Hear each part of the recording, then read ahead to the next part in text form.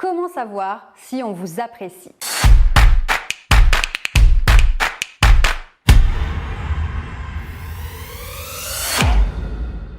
Dans cette vidéo, je vais vous donner des conseils pour comprendre si une personne vous apprécie ou pas, même si elle ne vous le dit pas.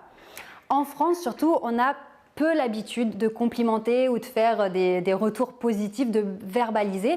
On est plutôt sur un style implicite, indirect. Donc ça, c'est vraiment important d'arriver à l'analyser. Et aujourd'hui, on va voir ensemble ce qu'on appelle les feedbacks indirects positifs. Qu'est-ce qu'un feedback en fait? C'est quand on vous fait un retour.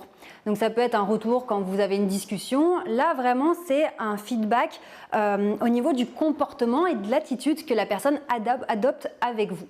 Donc vous allez pouvoir en fait en analysant le comportement des personnes savoir si on vous apprécie ou si un petit peu moins, si le feeling passe bien ou pas.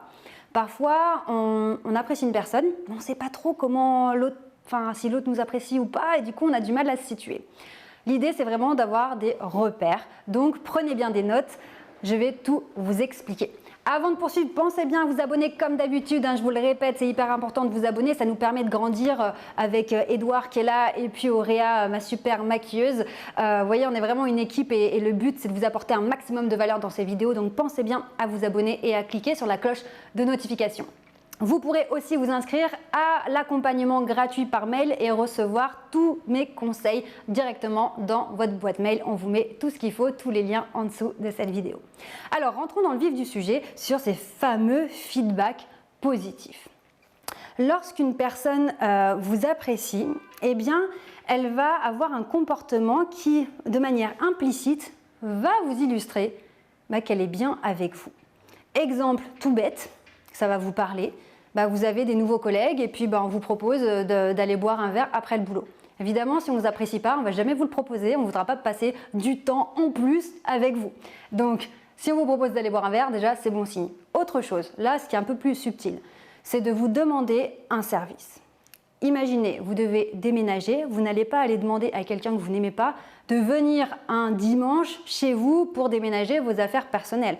Donc, si on vous demande ce genre de service, oui, ça peut être un peu, voilà, il faut que j'aille déménager toute une journée, mais ça montre bien que vous êtes apprécié parce que sinon, on ne vous le demanderait pas. Autre chose, par exemple dans le cadre du travail, on peut vous confier une tâche beaucoup plus difficile. Là, vous pourriez l'interpréter en disant « tiens, la personne me met en difficulté ».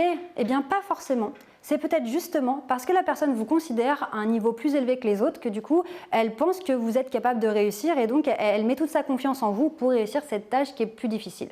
Donc, ça montre encore une fois qu'on vous considère, qu'on apprécie votre travail et que c'est à vous qu'on va demander et confier ce travail difficile. Donc vous voyez vraiment il y a plein de petits signes comme ça et on peut même aussi voir par rapport à l'ambiance. Par exemple si vous travaillez avec plusieurs personnes, dites-vous bien que si les personnes ne vous apprécient pas, elles ne vont pas être là dans une ambiance détendue, joyeuse. Si les personnes autour de vous sont là, ça rigole, ça blague, ça sifflote, c'est qu'elles se sentent bien avec vous. Mettez-vous dans la situation inverse, si vous travaillez avec des personnes que vous n'aimez pas, vous n'allez certainement pas envoyer des signaux de détente et de bonheur. Donc s'il y a une bonne ambiance, c'est que forcément on vous apprécie. Donc je sais que parfois on a tendance à douter de soi, à tout remettre en question, à se dire que ça se trouve on n'est pas apprécié. Non, regardez les choses, analysez les comportements et vous allez voir qu'il y a bien plus de signaux positifs qu'on ne se l'imagine.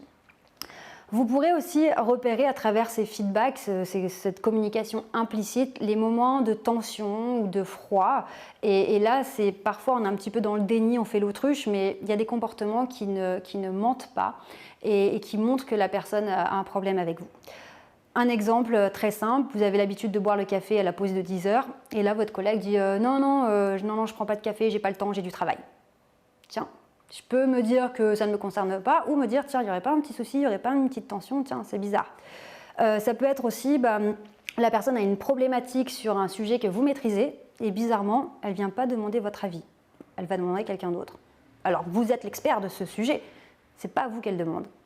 Autre chose, vous posez une question à cette personne et elle vous répond « je sais pas, ah non, je sais pas ».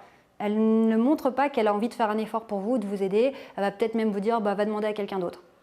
Donc ça, en fait, c'est des petits signes qui nous mettent la puce à l'oreille Et l'idée, c'est pas de se dire oh, c'est quoi son problème, voilà, ou voilà, c'est peut-être se dire mais tiens, est-ce qu'il y a un truc qui m'a échappé?